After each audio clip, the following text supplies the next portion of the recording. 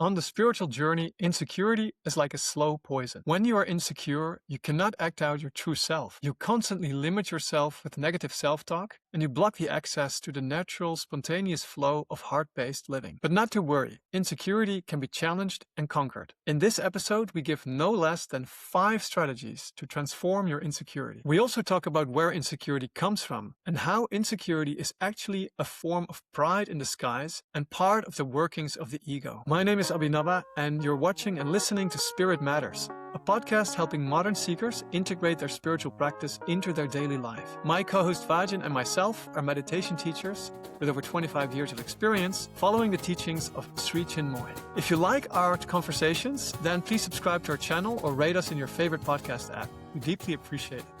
Now let's dive in. Insecurity is like a slow poison. I think it is a real torture for people who really suffer from it, because it colors every experience, it colors all your social interactions, and it can take away so much of the joy and the ability to enjoy life. Because in social settings and work settings and any setting, really, if you're there and you're able to be fully present and confident in who you are, you're able to fully engage. Whereas when you're insecure, you're so inwardly focused that you're never really there able to fully experience it. There's no spontaneity. That's like you can never really be yourself, because there's always this what is it, a self-judgment that you don't feel. It's like a self-criticism almost where you're insecure.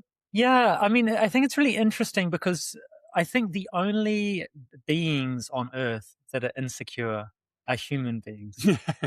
And so it's a remarkable thing, and it ties back to that gift we've been given of a self-aware consciousness. And having a self-aware consciousness leads to being self-conscious. That's right. And so it's another name for insecurity, self-consciousness. And so that's a real problem when you're acting in the world, you're interacting in the world, and you're too busy being aware of the fact that you're acting in the world. That's right. Rather than doing the acting. Yeah. You're one step removed from it. And then that takes away the spontaneity, it takes away the sense of flow. And suddenly you become very stilted, and you're suddenly aware that the audience is watching you. Yeah. And the whole thing just grinds it just doesn't work. To a halt. And it's interesting because I think in the acting world, I used to be in the acting world. I was in the acting school when I was in my 20s. I talked about that before.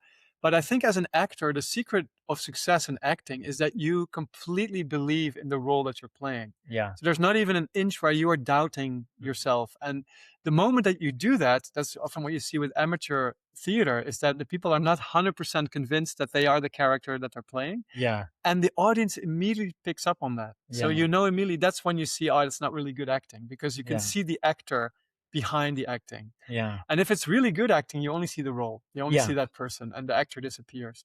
And it's interesting that many actors, when they are acting, they feel very secure, very confident. But then when they're not acting, actors can be very often very insecure people, like behind the scenes. So that's interesting. It's an interesting dynamic too. Yeah. The other time I think we see insecurity really play out is in high pressure sporting situations. And you see it happening in a different way, where there's the physical aspect, perhaps more.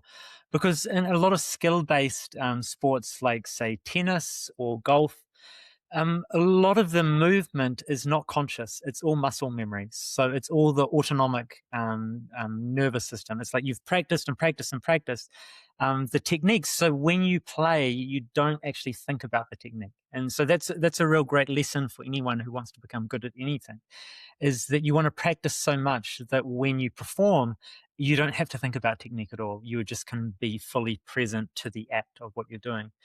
And sometimes you'll see that, and there's what people tend to use the word as choking. Yeah. And that's what happens in that situation, is someone who has a really high level of skill, but it's in the automatic system. And so they're not consciously thinking about how exactly to hold the racket and hit the ball. And they'll get so close to winning that suddenly they become terrified of losing. Yeah. And in that moment, they go from like very dynamic and very present to suddenly they think, oh my God, what will people say if I lose now? Like this will be so embarrassing. It'll be such a tragedy if Yeah. I lose now. And there've been a couple of cases, and I think it's been more so in women's tennis, that there's been someone who's ahead by a long margin. And this is like in the final of a Grand Slam or important tournament. And then suddenly it's as though they've forgotten how to play tennis. Yeah. Because they've become so defensive and so they've become so self-aware, and they start to try and consciously play tennis, which they haven't done since they were a kid. Yeah. And so suddenly they're like holding the racket and just looking like a total amateur. They're not able to get their serves in.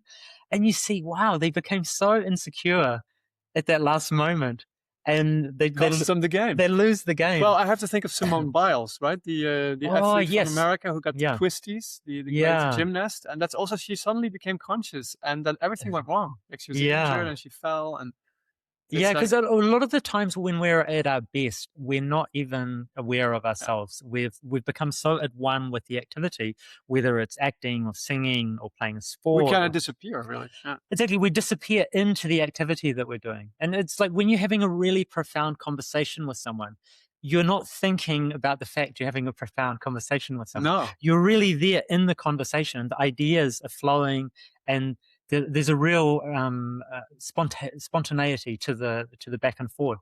But if you suddenly become aware that, oh my God, this is an amazing conversation. What should I say next? Yeah. It's like that. It's terrible. It that destroys suddenly- everything. Suddenly it becomes completely. But it's like that in meditation sometimes. When you're having a really good meditation, and when your mind starts thinking, wow, this is a really great meditation I'm having, Yeah. then it's all over. It's like you come out of it. So yeah, there's this self-consciousness that enters the picture that destroys everything. And that's, Yeah. I think, the essence of insecurity. It's a layer of self-consciousness Yeah. that clouds real life from happening. So it separates us. And I think separativity is one of the root causes of insecurity, don't you think? It's like Yeah. being feeling yourself separate even from yourself, Yeah. from your own acting agency. Yeah, and I think if we look at the rest of life that's happening on Earth, because that's a good example to compare to our situation that we find ourselves in. We see a lion wandering out on the plains of Africa. We see a whale swimming through the Bahamas. We see all of these creatures doing what they're meant to be doing. And there's never a sense of a question as to whether they're doing the right thing, whether they are in the right place or it's the right time. There's an integration that they have that they are what they are. And they're fully identified with that. There's not this second tier of awareness. And there's something really beautiful when we see animals acting out their natural behavior in the wild. We as humans, when we watch them, we see them, we're like, wow, oh my God, look at these animals doing their thing. And we often don't get that when we see human beings wandering around in a city, because we see that there's kind of some level of self-consciousness and some disconnect from our most natural state of being. But then when you do see someone who has, for that moment or in their life, has found a way of being that's very authentic and natural and spontaneous, we do recognize it in them. It might be, you see a singer and it's someone who that's their great gift in the world. And this is what they're meant to be doing. And you see them doing it in just a natural, beautiful, soulful way. And it strikes us again. It's like, seeing a blue whale out in the ocean. It's like majestic and amazing. Yeah. And the whole thing is just a beautiful experience. And we can see that sometimes. And I think you see that sometimes when you see the way that some people live their lives. You see that the way they carry themselves and the way they interact, we see, oh, there's something natural and beautiful. There's a confidence and a groundedness inside themselves that they have that others are lacking. And it makes us feel, it allows us to see that same glimpse into it reminds me of the story of Adam and Eve, that Adam used to walk with God, but then he became self-aware and he was aware of his own nakedness. Yeah. But there's something about that when you see people living a life and behaving in a way that's really in tune with their soul and the deeper part of their being. It's really beautiful. It's like, wow, they're walking with God. They're in tune with the divinity and reality. Yeah, and it seems almost that is living from the heart, what we talk about often when we talk about heart-centered spirituality. You want to live in a spontaneous way without having to think your way through, like, how do I react on this? That's the mind coming in. Yeah. But interestingly, our teacher, Sri Chinmoy, talked about insecurity, and very often he said that the heart is actually insecure. Mm. Why do you think that happens? So insecurity mostly enters into the heart. Yeah, I mean, well, the heart is the part of us that feels most deeply, I think, and it's the part of us that should be the access to identification, Mm, and I think that's one of the keys to overcoming insecurity is to expand the heart. And so, if our heart becomes through the experiences of life and through different traumas or difficulties, I think a lot of people's heart starts to become covered up by the experiences they've had. And so they lose the connection to the heart. And or perhaps the heart loses its own sense of confidence and its ability to manifest itself. It starts to see that the problems and the difficulties of the world are so large that it starts to fear that it too could be covered up and destroyed by, Because the heart is the most vulnerable, right? The yeah, heart is open. It's like it's so yeah, fragile, but it's very beautiful. It's like a flower, but it's yeah, also open to be trampled. Whereas if yeah, we act from the mind, we can have this kind of shielded yeah. persona to the world. But the heart is very vulnerable and open. And yeah, once we really go into there, it may there's a little fear there that the heart may be exposed or that people will make Yeah. fun of us, and the self consciousness creeps in. Yeah, so I can understand how that happens, and I mean the thing is, you look at a child, and most children are not insecure. It's only if there's been a really badly done childhood that children will be insecure, and until a certain age. And so I think what happens for many is that the hard experiences of life and the traumas and the difficulties that they face, they start to overwhelm the heart and the heart's ability to deal with them. And then the heart has to become more protective and closed off to, Yeah. because I mean, the heart is that part of our being that is the real connection between the highest part and the lowest part. So it's always going to be the point where the pain and the difficulties of the world really starts to impact and starts to close up our access to that inner reality. So, um, yeah, Yeah, I remember one of the biggest fears that people have is speaking in public, yeah, and I think that has to do with this level of self consciousness that then yeah, becomes super present, right? When yeah, you see all these people are watching you, yeah, and that is when you become most self conscious, so that the risk for insecurity is greatest, and so yeah, people really hate it. And I also was super nervous. I remember the first time I gave a lecture on meditation, for mm, instance. I was so nervous. I had some notes, and but I remember just by practicing it, by doing it more and mm, more, it becomes less and less and less. And then all of a sudden, it's so natural. And you go on stage and there's no insecurity. So yeah, you can conquer insecurity. So you can conquer insecurity if it's just a very, just being talking in public or telling a story to others just by practicing it and going through the experience and not because there's two ways I feel when you're on stage. hmm, One way is you really become super self-conscious and it becomes a disaster. yeah, You let insecurity conquer you. yeah. The other thing is that you have to conquer insecurity. You have to be totally open and accept that insecurity, but then ignore it at the same time. And that's possible. So, you are aware of the fact that there's self-consciousness there as well, Yeah. but you just concentrate on delivering the message and really connecting with the audience. And then there's a time you go beyond it. Yeah, it's really unfortunate that the side effects of becoming really self conscious, especially in a situation like that where you're trying to speak in front of people, are the exact things that make you even less able to do. Like your mouth becomes dry, Yes. suddenly your mind goes completely blank. Yeah. All And these symptoms. it's like really, it's a really unfortunate Yeah. series of catastrophic failures that all compound upon Yeah. each other. So I also looked up some of the writings that our teacher Sri Chinmoy gave on insecurity, and he also gave some tips how to conquer it. And Yeah. so one of the things he wrote, um, insecurity dies only when you burst open the heart of insecurity. Do not hide your heart's insecurity. Unveil insecurity. It will immediately disappear. So there's a sense of it unveiling it. What do you think Sri Chinmoy meant by that? Yeah, I mean, it's one of those things that all of these qualities, these negative qualities that we can harbor within us, so whether it's envy or jealousy or insecurity, they all thrive in the darkness. And the more we can try and bring light into ourselves and bring these things into the light of day and actually be able to see them for what they are.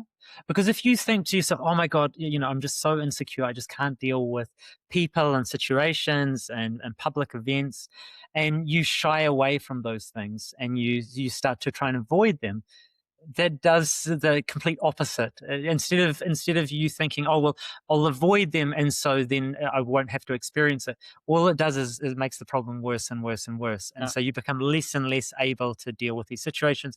You become more and more insecure about your own capacity. It's like you surrender to it, really. Exactly. So then it suddenly takes charge. So like you've given up, ownership of the vehicle or the steering wheel to insecurity. Oh my God. And it's going to, take you down into some dark cave and just park the car there and turn off all the lights and just hope or drive you off a cliff if you don't be careful. Yeah, so I think that is the great risk when you don't actually challenge these things, that they're not something that just naturally of their own accord gets better.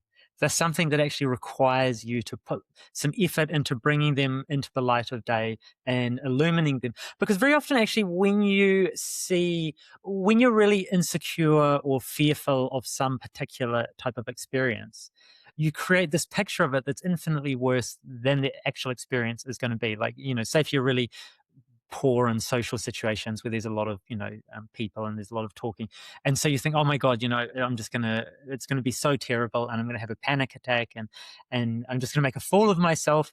And if you can actually go there and have someone there to support you or someone who cares for you with you, and just to be there and just to hold space for you, you start to see that after some time, you find someone and you make some conversation and you start to realize, oh my God, like so many of the ideas that my mind was creating, there were all these it was all the catastrophizing of like, what if this happens? What if that happens? What if, and you go and see, and you see that the experience is very rarely as bad as you imagine it's going to be. It's normally far more benign.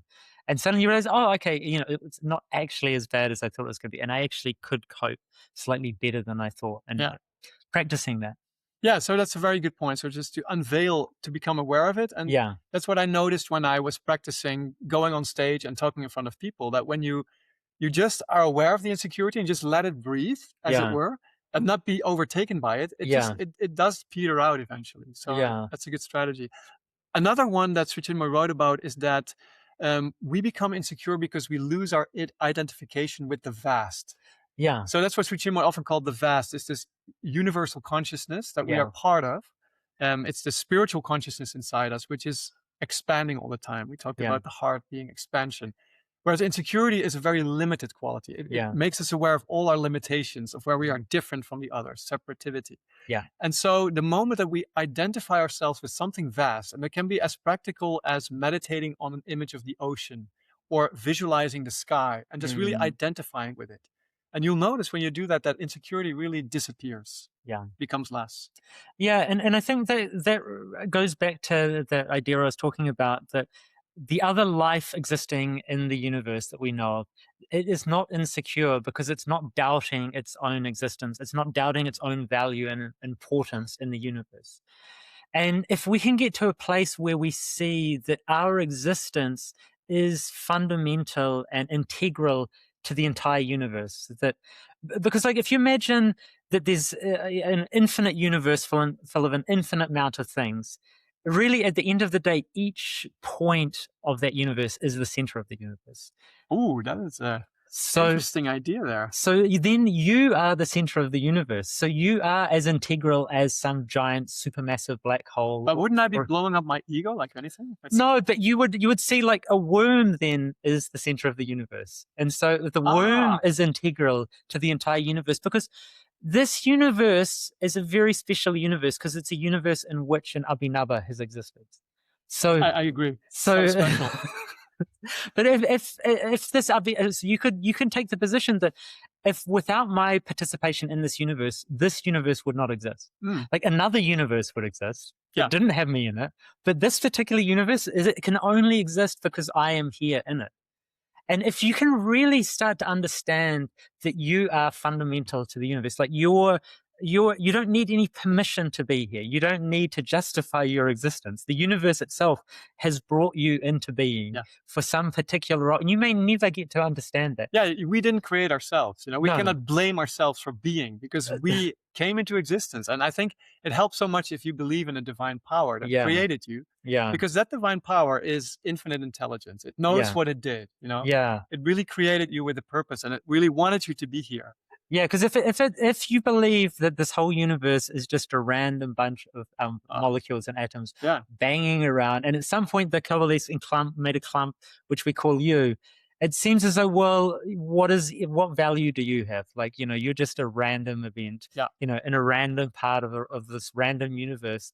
It's like the epitome of materialism, right? Yeah, but it doesn't seem that there's any evidence to tell us that is factually true. There's no more evidence to say that's true than I feel as though there's a lot more evidence to say that this seems to be an incredibly finely tuned universe, and it seems that everything is here for a reason. And I would much prefer to take that position and to feel as though that I was in some way essential and integral to the functioning of the universe, because that gives me a reason to carry on. It gives me a reason to turn up each day and to try and play my role as powerfully as possible. Because the other approach tends you either towards nihilism and just feeling as though, what's the point of doing anything? Or destruction. Yeah. Or, or even hedonism, where you feel as though, well, if nothing has any inherent purpose and there's no real reason for me to be here, I should just have as much fun as I can. Just maximize pleasure. And so it seems if you're going to take a position on the universe, you should take one that makes the quality of your life better and makes you feel more positive and more powerful and more alive. And what do you think of this idea of connecting to something vast and bigger than yourself to conquer insecurity? Yeah, well, I think that's essential, because for me, the reason why I would feel, or I do feel, that I have value is because I feel I am connected to the vast. I feel like this form is here and it's going to be here for some period of time. But inside this form, it seems there's an infinite consciousness and awareness that is something beyond me, that's not something that I just have imagined or created. It's something that operates through me at times. And it seems as though it's trying to use this moment and this time and this form to manifest itself or experience itself or reveal itself or do something that seems to be valuable to this infinite consciousness. Yeah, that's true. I think also where meditation is really essential here to have a spiritual practice, because that is what connects you to the vast. It's not like you just switch on a button and say, okay, now I'm connected. Yeah. It's not as easy as that. You actually have to practice it. And meditation, the very act of stilling your mind. I would say the mind is probably the worst obstacle of connecting us to the vast. It's like the gatekeeper. It's the limitation, all the limiting thoughts that we have about ourselves. Just thought in itself is limitation. Yeah. And once we go beyond the mind and we enter into the spiritual heart, the heart by nature expands. So to have a spiritual practice and to meditate every day is really helpful to make that connection to the vast. Yeah, and even just to act as a solid reminder in your life, where it's like when you sit down to meditate, or just even choosing to have a practice, a daily practice, in some way you're taking a vote for saying, I'm the type of being that believes there's something more to the universe than just the materialism that we see around us. And so if every day you're taking an action that's in alignment with that idea, that, okay, I'm going to sit and I'm going to connect to the unseen world. I'm going to connect to spirit. I'm going to connect to my own soul. Every day it's a reminder that, that's this type of being I am, because the universe is, well, not the universe, but the world that we've created around us, civilization and culture, is constantly trying to convince you otherwise, that your only value comes in external situations. Your economic net worth. Yeah, exactly. Your ability to consume and be consumed. And so, I think that practice is obviously fundamental, and we always talk about it. But I think to keep that as a living reality in your life, because as soon as you go a week, like I could really imagine if, like, I really never miss a day of my own practice, but I could imagine if I didn't practice for a whole week and I was in the world and living surrounded by people who also were caught and captured by the story of the world.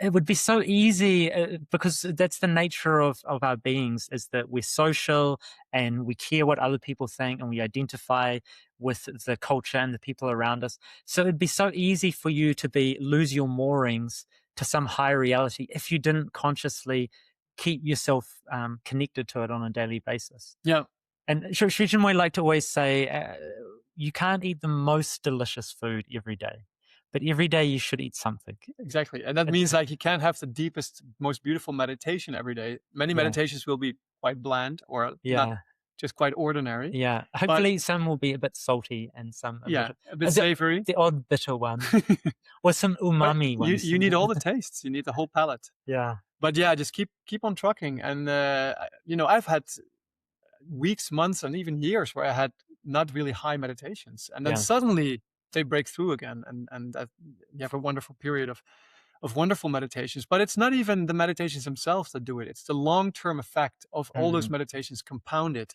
That really you can look back on years of meditation. You can see how much progress you made, how much yeah. less insecure you are. I mean, I remember in the beginning of my spiritual life, I was really, I had these moments of real insecurity, Mm, and I don't have them anymore, I have to yeah. say. So, yeah, meditation and spiritual practice, they really do conquer these negative qualities. It's not just a nice theory, it's actual Yeah. practice. Yeah, it's actually a practical way to. We talked recently, I think in the last podcast, about an aphorism that I read about, which Chinmoy was talking about. The art of today is to be actively devoted to infinite practicality. And this is one of the things you start to find. In the start, you think that meditation is more esoteric and it's more of a theoretical set of Quite ideas. abstract. But through time, you start to see, oh, actually, no, that's totally wrong. This is the most practical thing, because if you're living in a universe that's part material, but then the deeper and more important part is all spiritual, like being practical is not focusing only on the visible part, the material part. Yeah. That's completely being impractical, because you're only dealing with one small part of reality. And if you're trying to deny the other 99% of reality, which is the spiritual and the unseen part of reality, You think it's you, 99%? That's a lot. I would say that the universe and reality itself is 99% Ooh, unseen and only 1% seen. okay. Will we ever know? We'll have to find out. But it reminds me also of the difference between physics and the Newtonian Oh physics and then the yes. quantum physics. Yeah. So physics on the grand scale, we have these Yeah. Newtonian laws that are Yeah. always true. Yeah. Energy always remains the same, Yeah. and a Cannot body be destroyed. exactly. There's something with a body in mass will always increase its speed, and Yeah. those Newtonian laws. But then when you go to the nitty gritty, to Yeah. the really small particles, Yeah. all bets are off. Like it's Yeah. quantum mechanics. Like a wave is a particle, and a particle is a wave, and Yeah. every law of physics is like out of the window. Yeah. And it's like something else is going on there. So Yeah. it's maybe the change there from the materialism, and then you go into the spiritual realm, and Yeah. it's a whole different ballpark. I saw a really cute and funny introduction that a physics professor was giving for his first year quantum physics class. And he was explaining to people that quantum physics is really difficult to understand because it's non-intuitive, like the way things interact and the way things work. It's not just intuitive and natural in a way that our brains normally understand things. And so he said his goal was that, by the end of the course, because he said to the class, I myself don't understand quantum physics, Whoa. and I hope by the end of the course you too will realize you don't understand quantum physics That's a either. great position. And he said, even Richard Feynman, who's one of the great quantum physicists, he also said he didn't understand quantum Yeah. physics either. And so I thought that was really great. It was really great that he realized he didn't quite understand it, and he hoped that he could take them to a position where they also could realize that they also didn't understand quantum physics. Exactly. And that's maybe where we are in the spiritual life. We may not Yeah. understand spirituality in its Yeah. totality, but we accept that it exists, and we know Yeah. the steps we have to take in order to benefit from it in our life. Yeah. Another thing that Sri Chinmoy wrote about insecurity, which I found so interesting, Yeah. was that he said that insecurity is pride in disguise. So that there's a lot of pride involved in insecurity. Yeah. And it seems counterintuitive, because you It think like does. people who are insecure, no, they're really humble, Yeah. they don't believe in themselves, or they Yeah. think they're not valuable. Yeah. But there's actually a hidden pride in there. How do you interpret that? Yeah, it reminds me actually that Sri Chinmoy was talking at some point about some of the homeless people living on the street. And so obviously some homeless people are there because of, really tragic circumstances. But he was noting that some of them had a lot of pride, and their pride was coming from a place of saying, look at you fools, you're all going to work and trying to earn money, and I've realized I can just sit here on the street and I don't have to do anything. I'm free. And so there was this, you would never imagine that homeless people living on the street would have any sort of pride in their situation. But some of them were very proud that they were not a fool like you trying to make their life work or trying to do something. Yeah. And so I can imagine with insecurity as well, that there could be the unseen motives of it. Because sometimes when people are acting in a way and cherishing their insecurity, it's that they're wanting attention. They're actually it's actually a way of it's almost like a show that you're putting on to show people how insecure you are, and it actually causes you to stand out far more than if you were just acting as a normal It seems person. so painful to me. Like, why would you want to do that? Why would you want to stand out in such a negative way? Yeah, exactly. But I mean, people do this all the time. This comes from people's traumas, I think. If they've had traumas and they're lacking in something, you can either go about trying to get attention in a positive way, or you can equally go about trying to get attention and stand out in a negative way. Because that's the thing, like, when someone is acting really insecure, it's not invisible to everyone else. No, it's very painful. It's very noticeable in a very awkward and uncomfortable fashion. Yeah, I recently had a woman come into my lunchroom, into my restaurant. Yeah. And I think she was the most insecure person I've ever interacted with. And it was just impossible to have a normal conversation. Yeah. And you kind of constantly feel you have to really cater to them and make them feel really comfortable. And hey, it's okay. I have goodwill towards you. But it seems that nothing really works. They break down and you can't keep a normal conversation going. And it's just really awkward and feels uncomfortable. Yeah. And the thing is as well, any way of behaving by someone that can make you feel uncomfortable, they can use that as a tool and a weapon against people. And so how? So by making you feel uncomfortable. So this is a way of also controlling situations, is by making people feel uncomfortable around you. And so and I don't think anyone's conscious, or let's say very few people would consciously choose ever to take that approach. Yeah. But this is the thing where we have the conscious part of ourselves and the unconscious.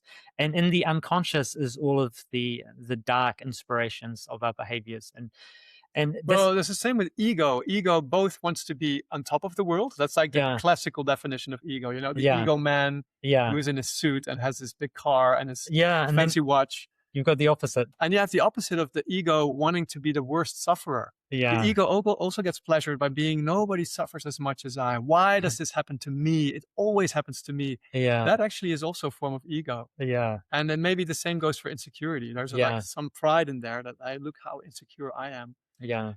But we do want to conquer insecurity, right? Because it's a very painful quality, and everybody has some insecurity. It's like I think only the realized souls, the spiritual masters, have completely transformed it. But I've read Sri Chinmoy saying that even in advanced seekers, there is a little bit of insecurity, and it just comes from the fact that we're not realized yet. We have not realized our complete identification with the vast. Yeah. So there's also a little bit of limitation in us. So there's always some form of insecurity. But it becomes problematic once it starts taking over the normal interactions in your life. And so what we talked about is one thing is to identify with the vast, to bring it to the fore, to let it burst open, and to be aware of it. How else can we conquer insecurity? Yeah, well, I think that idea that I was talking about was feeling as though that you are an integral part of the universe. Because if you take, isn't that the same as identifying with the vast? Yeah, it's like you can identify as the vast, though, but you can still feel though that you are somehow lesser than the vast. Yeah. But if you take the vast universe as this infinite pattern, if you remove any part of the pattern, the universe is somehow less than it was before. And so I think that's a beautiful thing to think, that your presence here in the universe makes the universe complete. And if we took you away, it would not be the same universe. And I had a lovely customer who came into my shop many years ago, and I've told this story already, I think. And he'd had this vision of the true nature of the universe, and so he created a picture in his own mind of what the universe, the true meaning of the universe. And he said, if you stood very far back, it was like a giant artwork, like a large one that you'd see at the Louvre or somewhere, someone like that. So Like a tapestry or something. yeah, well, he said it was like you stand far back and it looks like this amazing picture where you see all of being is heading towards perfection and oneness.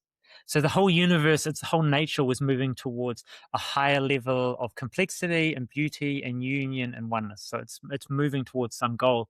But yeah, he said that when you went very close, he realized it's a tapestry, and each of the threads is one part of life. It's a being, or it's like a human life or an animal life. Exactly. And so each of those threads, the way that the picture is created is the points where all the threads cross over. They create the points of interest. And by removing just even one thread, it will slow down, or it would increase the time it will take for the universe to reach its goal of union and perfection.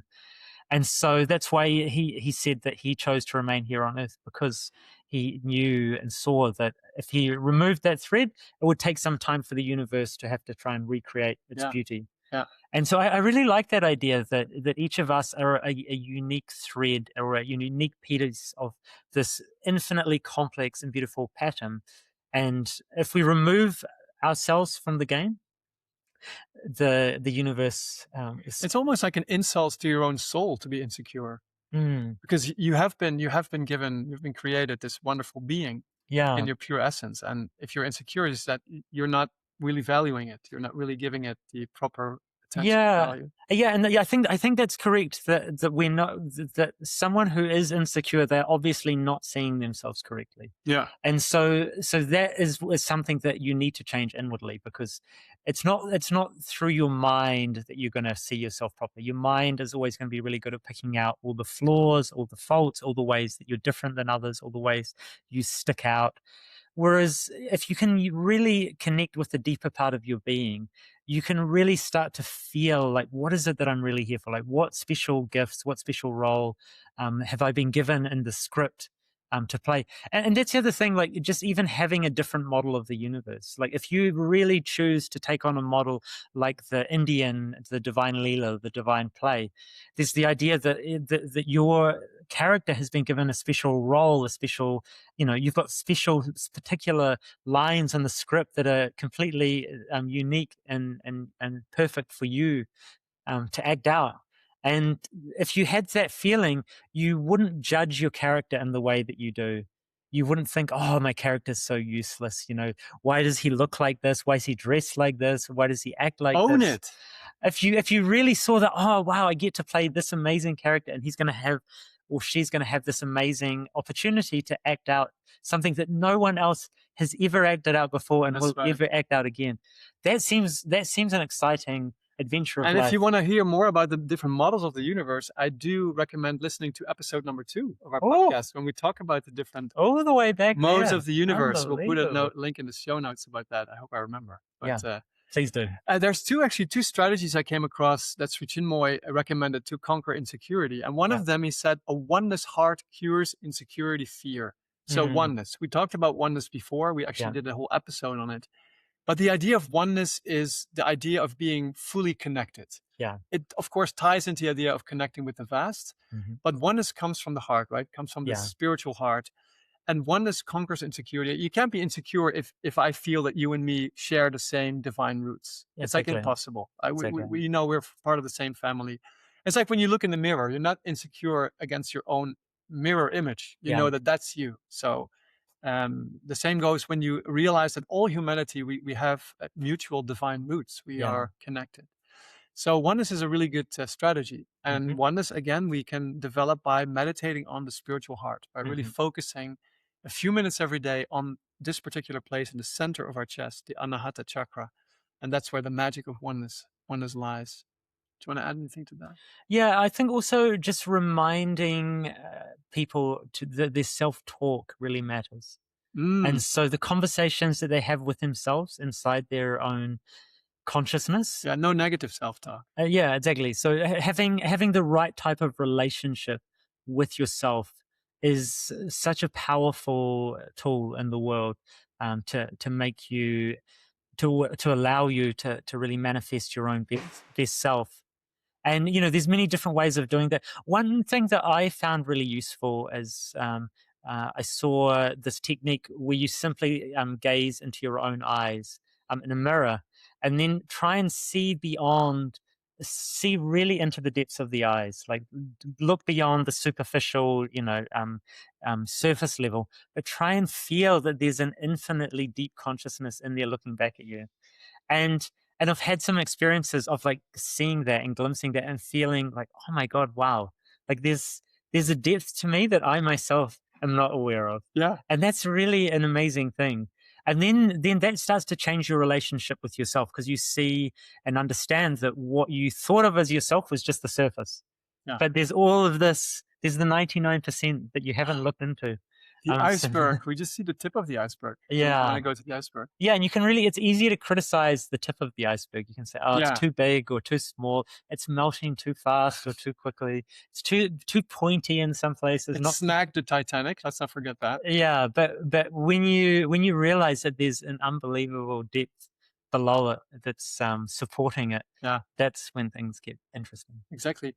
Another strategy Sri Chinmoy talks about is self-giving. So he said, let's see if I can find the poem here. Yeah, I found it. It's insecurity disappears when self-giving appears. Self-giving, we talked about self-giving before. Yeah. What is self-giving? Self-giving is when we allow ourselves to give freely and fully to the world without any expectation of anything in return. Yeah. And it's one of the most wonderful states of being. It's completely selfless. There's no Yeah. ego involved. Yeah, and there's no expectation and there's no attachment. So it's unconditional. And so, yeah, my friend and I, we were on a run this morning and we were talking about the difference between attachment and devotion. And so you can be really devoted to a particular cause. And devotion is really powerful because it doesn't cause you pain and suffering. Because if I'm really devoted to something, I will give and give and give to that cause, that idea, that person. And I never expect anything in return. Yeah. I just value that thing so much that I'm willing to give my life breath. It's like, it's really when, it's like love in action. It's like when love acts itself out, it acts out through devotion. But very often we get caught up and tangled up with the idea. We get confused between being devoted and loving something and being attached to that thing. And when we're really attached to an idea or a person, we want to try and possess it and we expect something in return. So every time we give, we expect a particular outcome or experience in return. And when we have this relationship to things, this always causes us suffering because the world and the universe never quite reciprocates in the way our mind thinks it should. You'll be disappointed always. So never have. So if you can take that practice into your own life and think about something that you really value, if you can think about how you relate to it, am I relating to it from a place of devotion, where I'm just giving freely and fully, never expecting anything in return, or do I have some expectations? And it's very hard not to have some level of expectation, but it's such a useful thing to actually narrow that down and realize that those times that we do have expectation, it always causes us suffering. Exactly. But why do you think self-giving such a good antidote to insecurity? Well, it takes us out of our limited self. It takes us out of that self-aware, self-conscious part of our being. The ego, right? And suddenly something outside of us is more important than what's going on within us. Yeah. And for people with insecurity, that's the thing. You constantly want to be turning your attention outward. That's a very good point because we usually say turn inward in the spiritual world, like go inside. Yeah. But insecure people in their social interactions, at least, they have to focus outward. Yeah, the inner world has got all sorts of bad habits going on. Often their negative self-talk has got a life of its own. Yeah. And so in those situations, if you can put all of your attention on the other and to really try and connect and be present, that will expand yourself out. You pull yourself out of yourself, and that will actually help you if you're insecure. And that's not actually contradictory to when we say go inward. So go inward means meditate, silence the mind. That's really going inward and concentrate and bring forward the heart. Yeah. And the heart has the self-giving quality. Yeah. And then you want to, from the heart, you want to go outward and you want to focus on give to the world. give to the world. Wonderful. So I think we have talked about 5 different strategies. If I just, again, summarize them one by one, we started with unveiling your insecurity. Yeah. Bring it to the fore, be aware of it, and just like look it in the eye. Yeah. Accept it. Yep. Do not fear it. Don't fear it. Bring it forward. Unveil it. The second one is identify with something vast. Yeah. Like a meditation on the ocean or the sky, or even an imagination of that really helps, because it expands yours. Insecurity is very limited. The third one, which you brought up, is to feel that you're part of this cosmic reality, right? Feel that you're part of the divine play and that your presence is indispensable in a way. You're necessary for the completion of this whole universe. You are an integral part of this universe. Oh my God, that's such good news. Exactly. And it conquers insecurity as well. And the fourth one is oneness. So again, when we feel one, there can be no insecurity, there can be no fear, there's no separativity. It conquers the separativity, which is the root of insecurity. And the last one we talked about is self-giving, because it turns ourselves outward without expectation. Yeah. It's a very pure form of going outward. And it takes us out of our mind. Right. Like when we think of the other, when you really start serving another, or really, offering something to someone outside of yourself, it really does help you get out of your mind and connect with, allow your heart to start operating. So I think that's really valuable. And eventually we want to go into that spontaneous flow of the heart. We talked about that divine flow. When we're in tune with the divine flow of life, it's like we don't have to think about things. We act spontaneously and naturally, and everything around us clicks into place, as it were. It's like we don't want to be just about to win the US Open and then really choke. Yeah. Or the World Cup soccer, to be more in the actuality. We don't want to miss that last penalty. Yeah. It's very painful.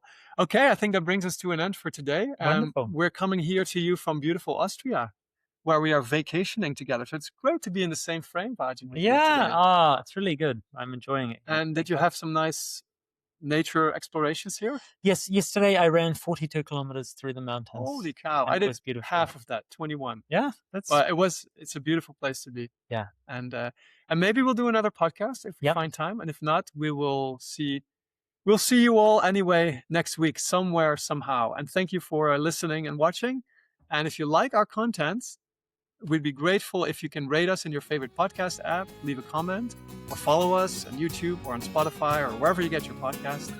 And thanks for listening and watching, and see you next week. All the best.